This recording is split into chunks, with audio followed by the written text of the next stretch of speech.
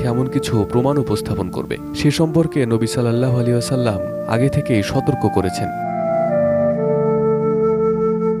হাদিসে দাজ্জালের ফিতনার সময় যারা তার অনুসরণ করবে তাদের সম্পর্কে জানানো হয়েছে। হাদিসের বর্ণনা মতে দাজ্জালের অধিকাংশ অনুসারী হবে ইহুদি এবং মহিলা। ইস্পাহানের 70,000 ইহুদি দাজ্জালের অনুসরণ করবে। তাদের সবার পরনে থাকবে সেলাইবিহীন চাদর।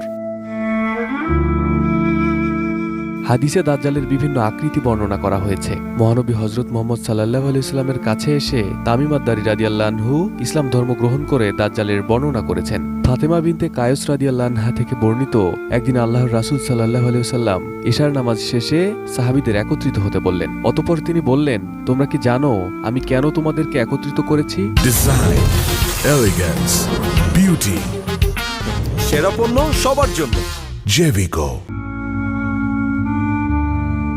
তারা বললেন, আল্লাহ এবং তার রাসূলই